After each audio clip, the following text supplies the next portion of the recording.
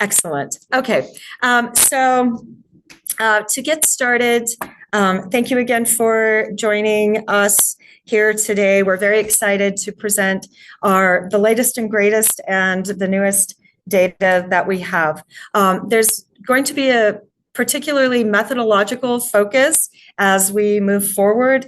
So we are going to be talking not only about the archaeology, but really about some of the new techniques that we are using to extract some of the new information that we have coming from Northern Peru. So to give you an idea of the region and the area where we are, that we are going to be discussing today, Peru's north coast is really pretty close to Ecuador. When we think of Peru, we typically think of the highlands, or we'll think of Amazonia, but really we're speaking about an area that is very dynamic in terms of the coast, the highlands, and of course, the capacity to exploit resources in the northern part of Peru. So what we know is the north coast of Peru is really divided or subdivided into two critical areas: the northern north coast and the southern north coast of Peru.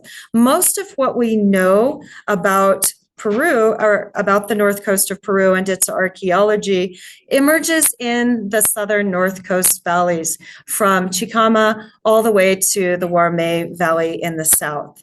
And so slides aren't advancing.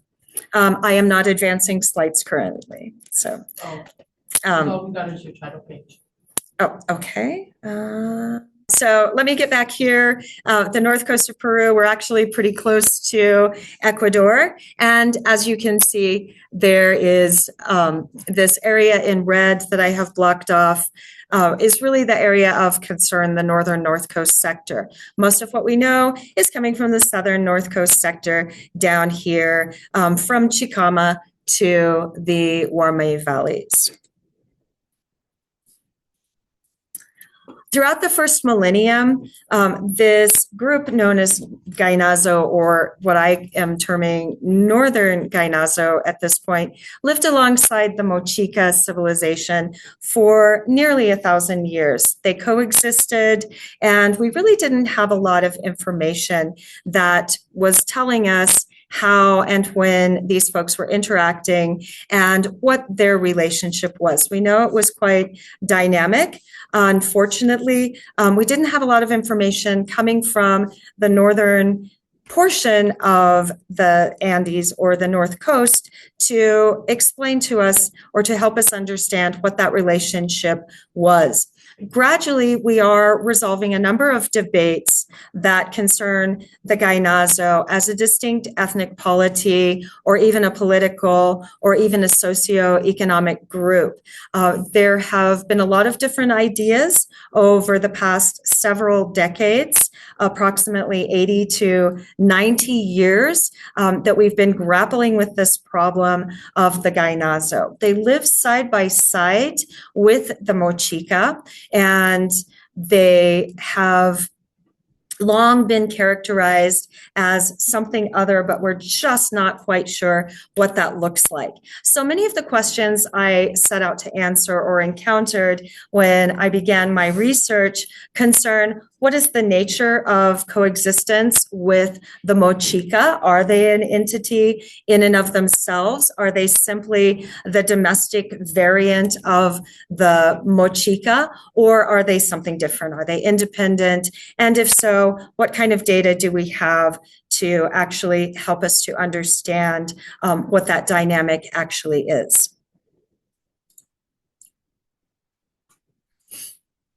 So to get you familiar with who these people are, the Mochica, or Moche, of the north coast of Peru are the primary cultural development from the first millennium on the north coast of Peru. Arguably, they began around 1 AD or about 100, and continued to exist and dominate centers on the north coast throughout about 700 or 800 AD, particularly in the Moche and Chicama valleys, which I showed you in that first map, and really which is where the lion's share of the information that we have was being amassed. They have been characterized as the first multi-ethnic, multi-valley polity with at least 3 hierarchical tiers of administrative settlements and with clear social differentiation. Today, we don't necessarily think of them as a state in the way that we would think of a state in other parts of the world. And we think that they were likely a confederation of chiefdoms. This is the result of observations that we have a lot of major centers throughout the North Coast, each valley essentially having its own urban center with massive pyramids all the way up the North Coast, and many of which are associated with the Mochica. So that makes it a little hard to define as a centralized state. So that's why there's a bit of confusion there. They subsisted through irrigation, agriculture, and fishing. So they're a coastal civilization that is interacting with the landscape in a variety of ways. And they are known for their extremely impressive art style as well as their monumental constructions. So the capital center where the Mochica was defined is the site of Huacas de Moche in the Moche Valley, which is where this group takes its name. So we don't actually know what they were called or what they called themselves. So they have been given the name from the North Coast Valley. The massive capital at the site of Moche consists of 2 major flat top mound constructions that dominate the valley and the center. As you can see here on the Huaca de la Luna at the site of Moche, it is found beneath Cerro Blanco, this major anomaly on the landscape, and it was built just here at the base of that landform. This is actually the ceremonial construction of the site. And as you can see that below, there is an isometric reconstruction of the 5-story building that was. So if you can imagine how massive this pyramid or this flat top pyramid construction is compared to other sites in other regions. On the right-hand side, you will see the Huaca del Sol. This is the largest, bar none, the largest earthwork in the Americas. What you see today on top of the Huaca del Sol, there are 2 very small anomalies on top of that image. Those are people. Those are people on top of this massive adobe pyramid. It was constructed of uniformly marked adobe bricks that we see in several segments and in sections on the construction. What you view today is only about 1/3 of what remains of that construction. When the Spanish conquistadors arrived in the north coast of Peru, they redirected the Moche River so that they could access the wealth and resources that were inside of the pyramid. And so what we see today is about 1/3 of what remains. And it still has a massive footprint that you can see if you take a look at Google Earth. So the most impressive thing about the Mochica and why they have dominated North Coast studies for the majority of the past century is their incredible art style, a narrative art style that serves to tell us stories about the past, about their lifeways and about their activities. They were also exceptional or accredited with being exceptional metallurgists. And so what you see in the bottom center and right-hand portion of this slide are 2 of the most impressive pieces of metalwork that I have seen from this period. I was fortunate enough to actually be working in the museum at the Huaca de la Luna when the conservators brought in this central piece that you see, this little individual with this headdress that he's wearing. This is actually a gigantic nose ornament that you would wear on your face, and then it covers like the entire lower portion of your face. You can remove the little pieces and parts of the individual. He's actually has laminate outfit that he's wearing. You can pull out his little staff, and his ears tinkle along with the little conchas that are on top. On the far right, this is a spider that we know we can identify its species. It's actually a real critter that lives on the North Coast. So it's a giant orb weaving entity.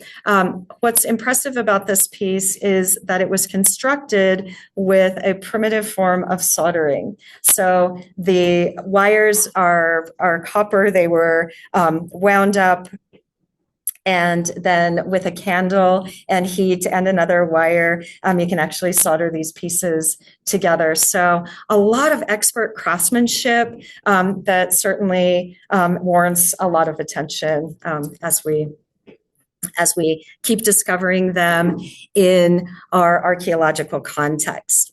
So this is juxtaposed with this group known as the Gainazo. As I told you before, our original vision of the Gainazo comes from the southern North Coast sector. So today, this phenomenon is known as the Viru Gainazo. It came from the Viru Valley. If anybody is an archaeologist in the room, or you might have heard of settlement pattern studies that came from the Viru Valley, Gordon Willey and his team about a century ago at this point. Well, this is the same project where this entity known as Gainazo was discovered, so in the Viru Valley. It was originally thought to be a fairly widespread development of the first millennium in northern coastal Peru. Its unclear socio-political organization is the result of having one major center that was partially excavated, but not completely excavated. So we know what their monuments look like, but we really didn't have an idea of what's happening outside of the Viru Valley. They certainly exploited terrestrial and marine resources. Guano on the islands off the coast was a form of fertilizer for the crops in this very arid and sandy environment. And they are known for their relatively extremely simplistic art style and not a whole lot more. So we know they have pottery, but we didn't really know what the art style meant, what the art style represented, or if there was anything associated with it. When the original excavations took place, they discovered that they had a unique construction style based on tamped earth, adobe block constructions. This is a technique known as tapia in the Andes. And they also had wattle and daub houses. The Quechua term for that is quincha. And of course, segmentary construction and cane-marked bricks is something that seems to unite the Mochica and the Gainazo through different types of centers that we see on the North Coast. So as you can see here, this Gainazo group capital, this is where the Gainazo were first identified. We have some exquisite maps that were made, and of course, a monumental construction known as the Castillo de Tomoval, which is where much of the work that's going on in the Viru Valley is taking place even today. And of course, their art style looks a whole heck of a lot different than the Mochica art style. So as you can see, in this elite art style, things are very different. There's a negative paint fineware tradition and this plastic tradition that, again, is telling a story, but in a much more simplistic or a much more abstracted way than what we see in Mochica iconography. So again, we can kind of see some differences and also some similarities beginning to emerge between these two groups. Here is the non-elite variety of pottery, the thing that has raised so many questions. This is a form that has been characterized as purely utilitarian. But as you notice, all of these individuals have some funky little faces and noses and some really interesting things happening for the Gainazo. Again, that is not being narrated or realistically depicted for this group compared to the Mochica. So the traditional perspective on this group has simply served to cast the Mochica only as the premier civilization on Peru's north coast. We don't really talk about other groups when we're talking about the Mochica. Certainly they're incredibly impressive. Amazing art and architecture, metallurgy, as I showed you, some really innovative stuff happening quite early on, about 2,000 years ago. Pottery technologies, they're using mold-made constructions. So things are looking pretty sophisticated. And of course, they are being studied at the expense of other civilizations, one of which is the Gainazo. So much work has been devoted to identifying their unique aspects. But we really didn't know where their technologies and their materials and their ideas were coming from. So this raises several questions compared to the traditional vision of the Viru Gainazo. So again, Gordon Willey and his team identified this group. They looked at those simple Castillo decorated wares along with the negative paint fine wares and didn't really look beyond the Viru Valley. Okay.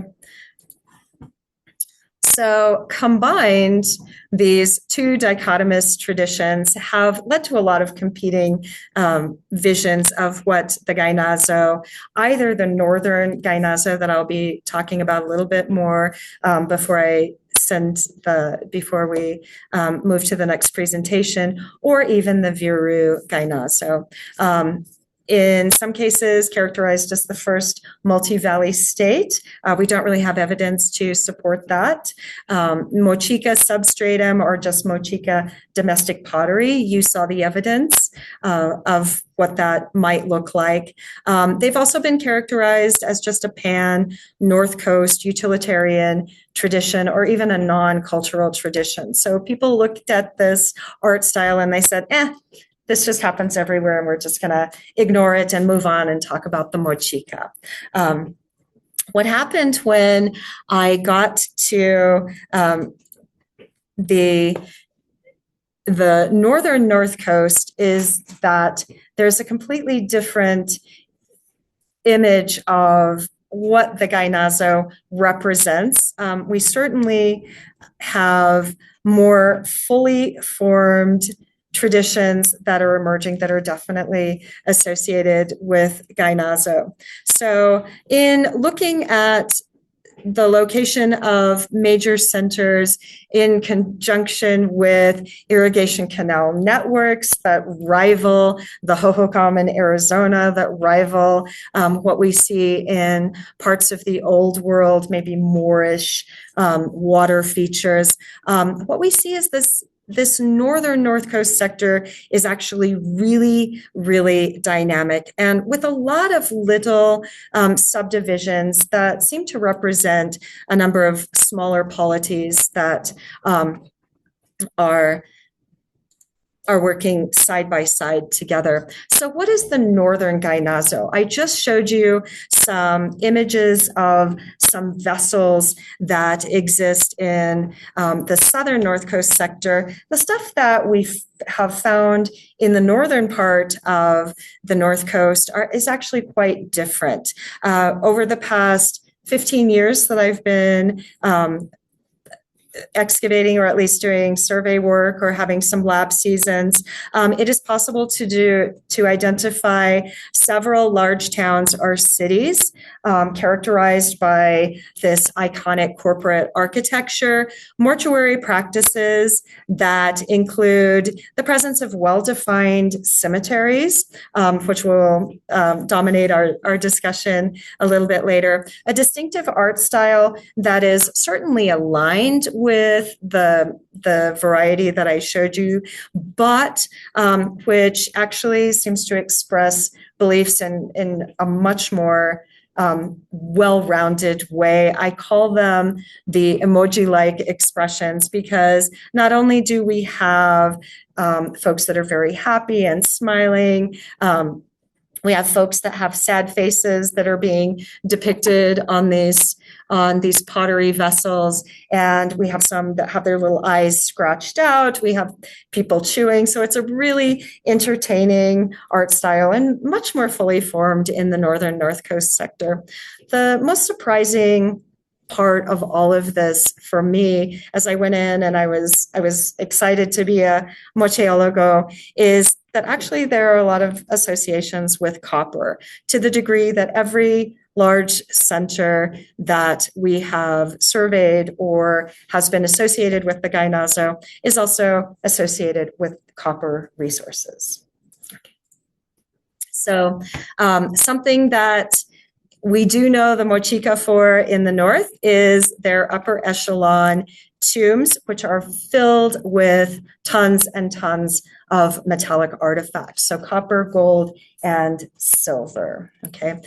This is during the first millennium, and throughout the first millennium that folks were at least expressing their respect for these metallic minerals. Again, here's another vision of that original map that is just in color. It's the same map I showed you before, showing you where our Northern Gainazo folks live. And throughout these valleys in this section, we have several Gainazo centers. Sometimes living in conjunction with the Mochica and sometimes living on their own, which represents a very different picture and a different vision than what we saw in Viru. What we know today, based on 20 radiocarbon dates, is that the Gainazo Center, known as Huaca Letrada, actually maybe had a heyday about 250 to 400 of the Common Era. And so those are secure dates that are associated with burial remains and other artifacts, and of course, copper.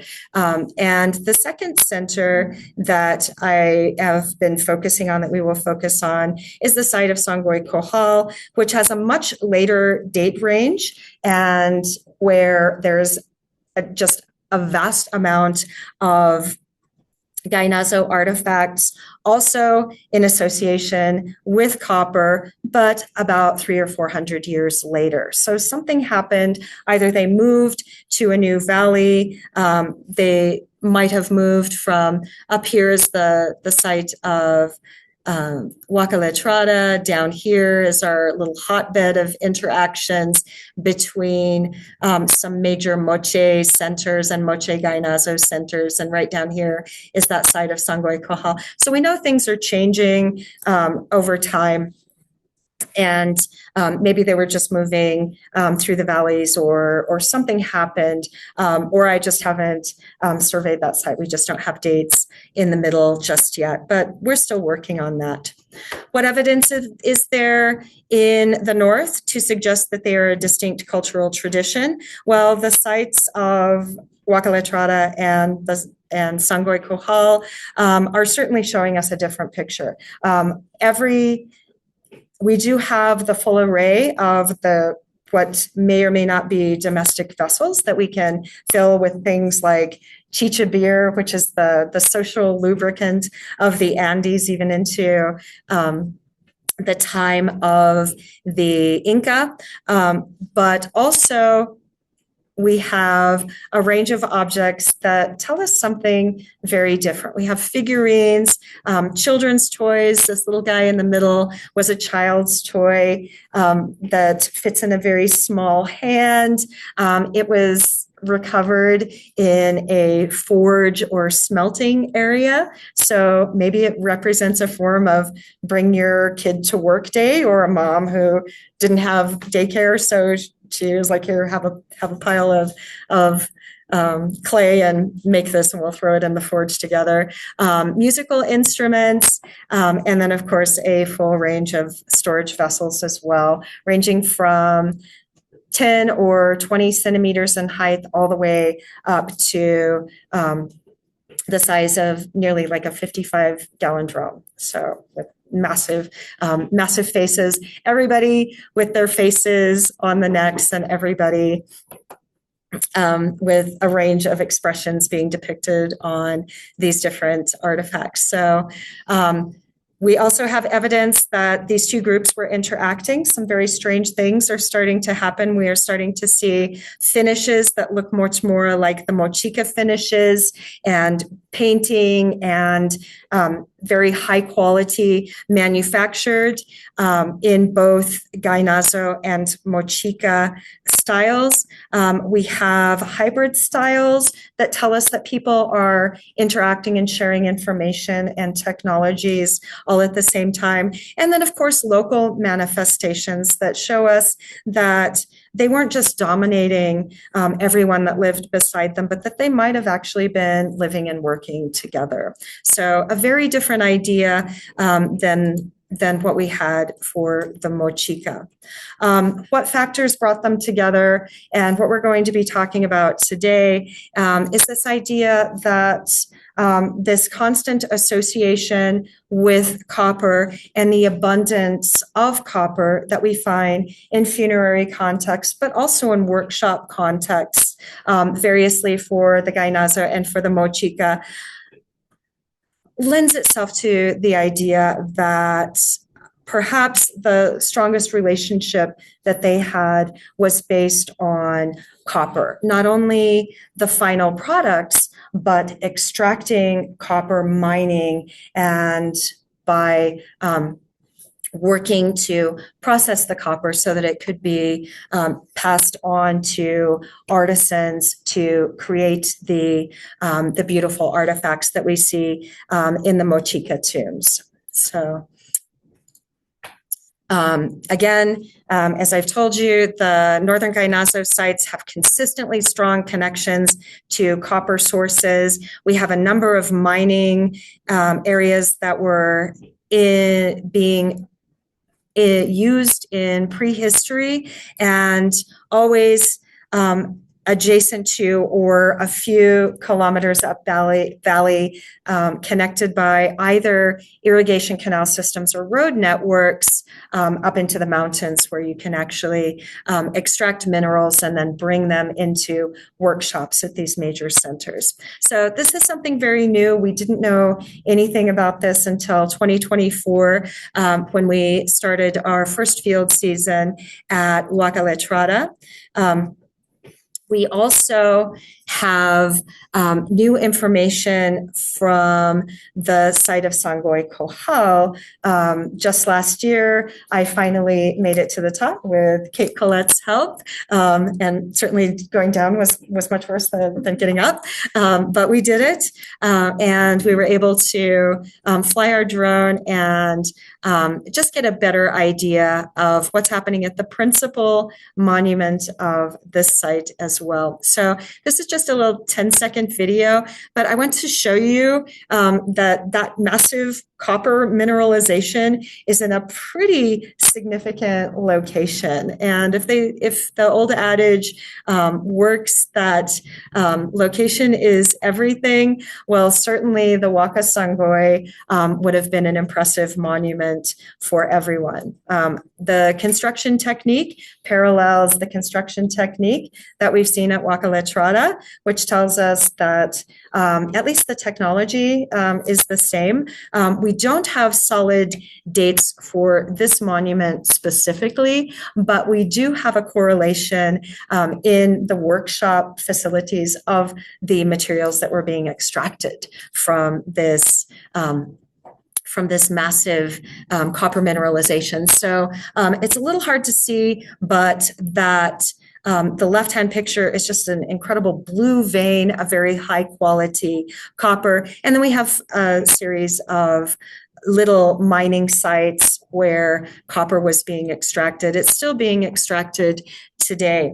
With archaeometric analysis, what we have discovered is that this is a very high quality source. It does not have chemicals like arsenic or dirty minerals that are messing it up, but it's a very high quality copper source and materials that are being extracted, not only that are still in place on top of the Cerro, but in the archaeological site itself, in the workshop areas as well. Everything looks very high quality. So we think, of course, it must be the same source because there's no other source nearby. Here is our original forge or metal smelting area. You can see the white burning, lots of ash. Again, with the archaeometric data, it's telling us that we have high copper concentrations. So we know it's a forge. It just doesn't really look like a forge. And a strong presence of the gainazo alongside the moche and mochica, as well as equipment for processing the raw ore and the materials. So areas of intense metalwork. Here are, again, a few more pictures, more gainazo in association with copper, massive workshops, smelting areas, and areas where folks would have actually been working with those materials.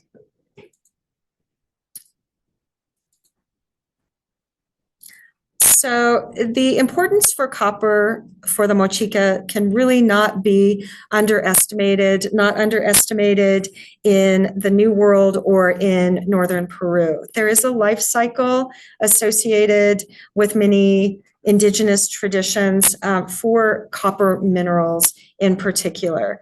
And they are simply born through the source, live and grow as they oxidize, are transformed into artifacts, and of course, die when they are reburied. So copper artifacts have a special place in the Americas and in our prehistory. So this proposal of our mutualistic interrelationship between the moche and gainazo is something that we've all been taking a deeper look at for the past couple of years. And so this is where I will hand it off to my awesome students who have had a chance to take a look at the materials that are in tombs, the skeletal remains, and helping us to flesh out that picture more concretely. So thank you so much.